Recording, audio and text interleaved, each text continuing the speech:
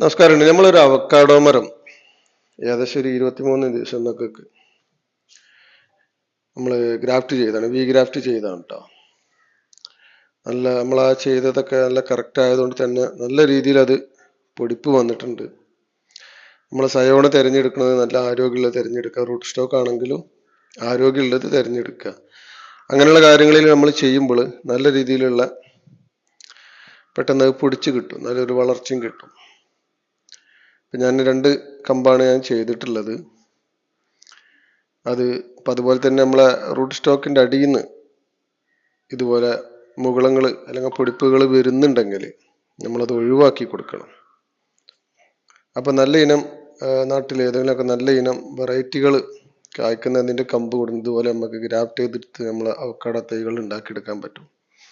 നമ്മളെ ചാനൽ എല്ലാവരും ഒന്ന് സപ്പോർട്ട് ചെയ്യും, ഒന്ന് മാക്സിമം ഒന്ന് സപ്പോർട്ട് ചെയ്യും.